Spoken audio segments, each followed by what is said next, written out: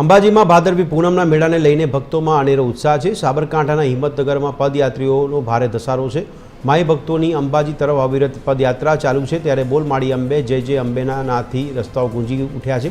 ઠેર ઠેર તંત્ર સહિત સંસ્થાઓએ વિસામા લગાવ્યા છે। ક્યાંક પાકા ભોજન છે તો ક્યાંક વેજ ખીચડી સ્થાનિકો સહિત અમદાવાદના લોકો સેવા કરી રહ્યા છે। અમદાવાદના પ્રખ્યાત સદભાવના ટ્રસ્ટ દ્વારા વિસામો લગાવાયો છે। પદયાત્રિકો માટે મોટી સંખ્યામાં લાભ લઈ રહ્યા છે।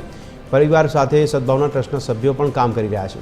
અવિરત સેવા અમદાવાદ સરસપુરના સ્થાનિકો છેલ્લા 12 વર્ષથી સેવા કેમ્પનું આયોજન કરી રહ્યા છે।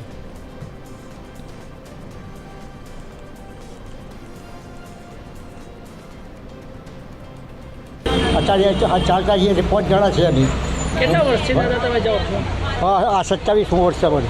48 વર્ષથી મારી ઉંમર મળી 80 વર્ષ સેવા થાય। રસ્તામાં કોઈ તકલીફ પડે? કોઈ તકલીફ નહીં।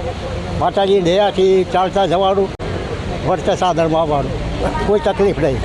16 થી 17 વર્ષથી ચાલતા નીકળીએ છીએ। જય બહુચર યુવા મંડળ છે અમારું, અને અમે તે કાંઠા લુણાવાડા નજીકથી આવીએ છીએ અંબાજી માતાના મંદિરે, અને બહુ આનંદ અને ઉલ્લાસથી આવીએ છીએ। અમને કોઈ તકલીફ કે એવું કંઈ પડતું નથી। અને સાત્વિક ભોજન જ બનાવીએ છીએ, સાત્વિક ભોજન જ આપીએ છીએ। નાસ્તામાં પણ મંચુરિયન પણ બનાવીએ અને દાબેલી પણ બનાવીએ અલગ અલગ। બપોરના ટાઈમે નાસ્તાના ટાઈમે નાસ્તો પણ આપીએ છીએ। અને મેડિકલ કેમ્પમાં પણ દુખાવાની, પેઇન કિલરની, એસિડિટીની, પછી પાવડર છે, બહુ લાઈ બળતી હોય, છોલાયું હોય ને દરેક બીટાડીન દરેક કેમ્પ ગોળીઓ પણ અહીંયા આગળ મેડિકલની। અને બાજુમાં અમારો કેમ્પ એવો પણ ચાલે છે કે જે મસાજર કોઈને તકલીફ હોય તો મસાજ કરી મસાજર પણ ફેરવી આપે છે અને મશીન પણ ફેરવી આપે છે। સતત 12 વર્ષથી સેવા આપીએ છીએ અહીંયા સદભાવના ટ્રસ્ટમાં।